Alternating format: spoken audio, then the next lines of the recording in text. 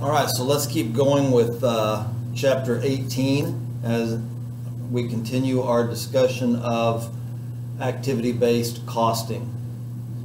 So we have, slide says we have 4 steps, and it gives us the first one here. It says identify and classify major activities and allocate manufacturing overhead cost to appropriate cost pool. So we're not going to look at every single activity that incurs a cost within a company, but we are going to pinpoint all of the major activities that increase costs.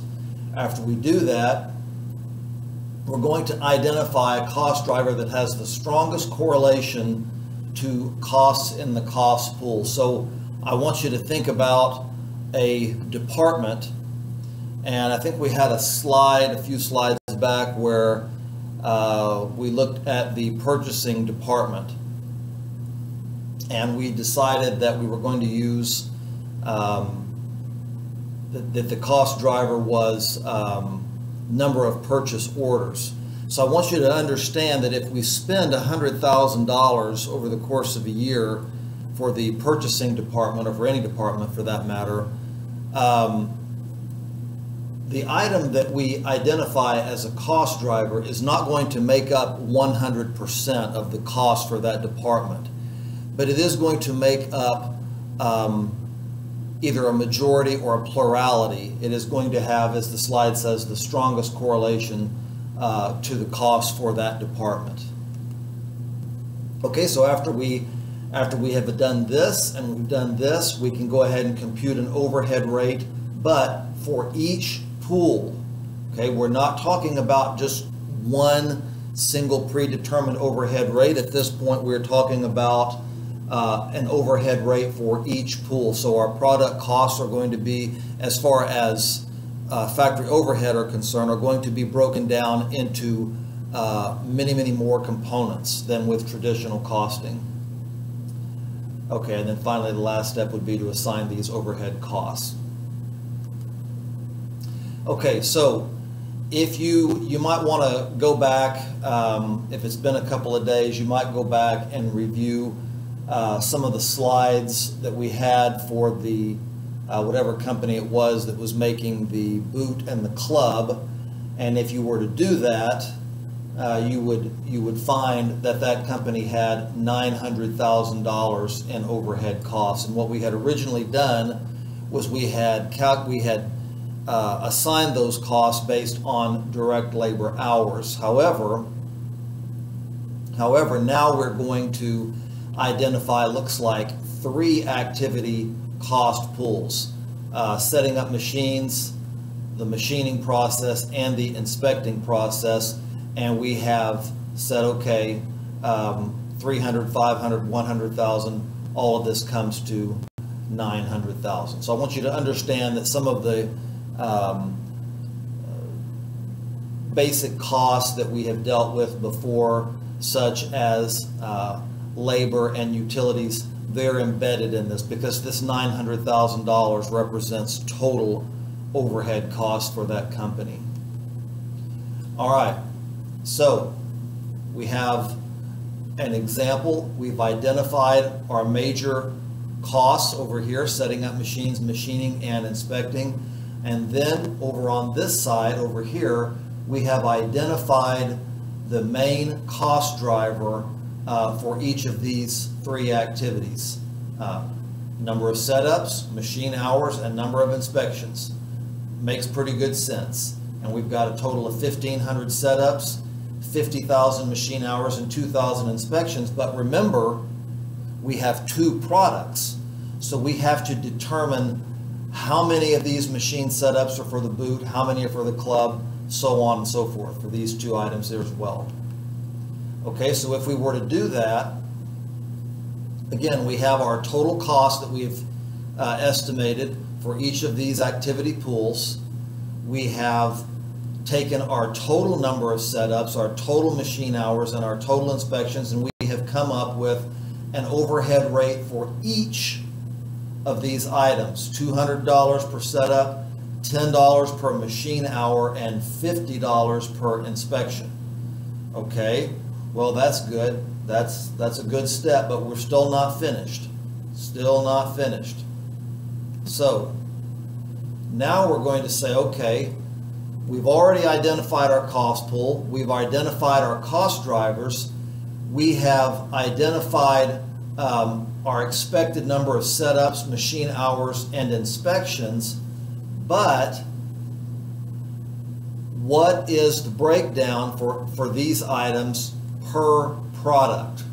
Okay, and so when we look at this,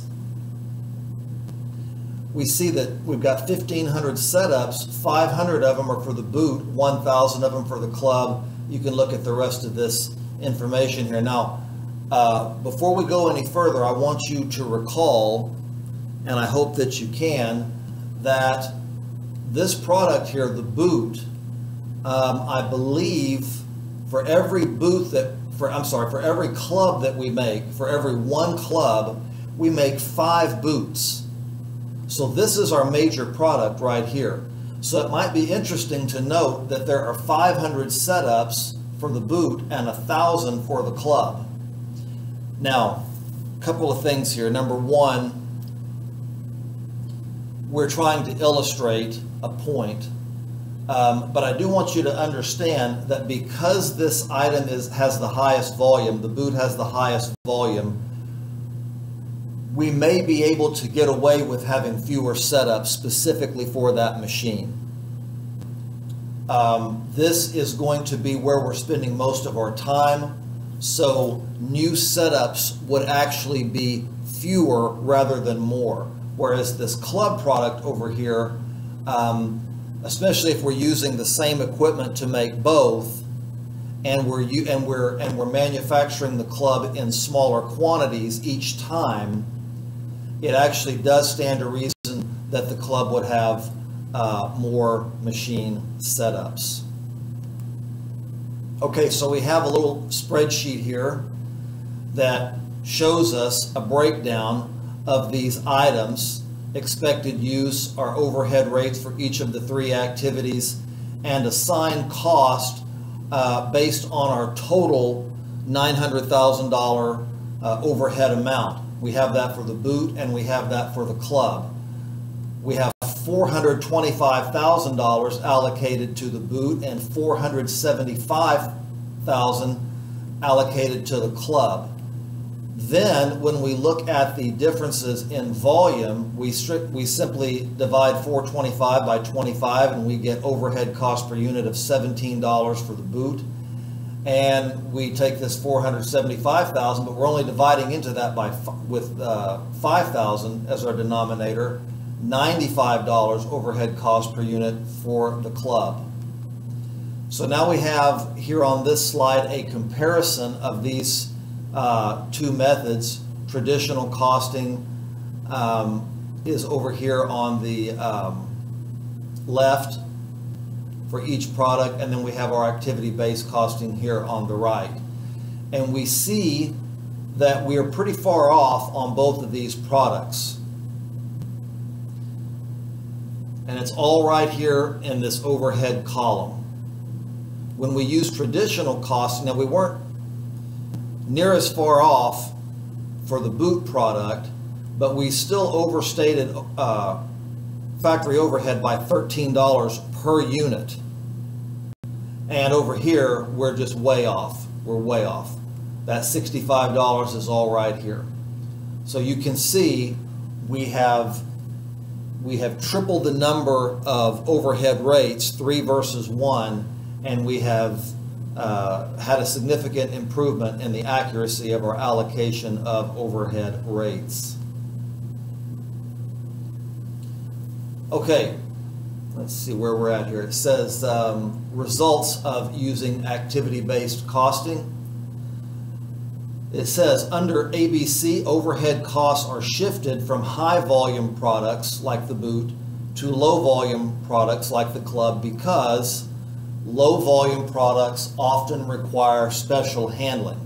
So what they're saying there is that with our low volume products, we're simply not in as much of a habit of dealing with these items on a day-to-day basis. They're not a staple of our business, and so quite honestly, they're kind of a headache.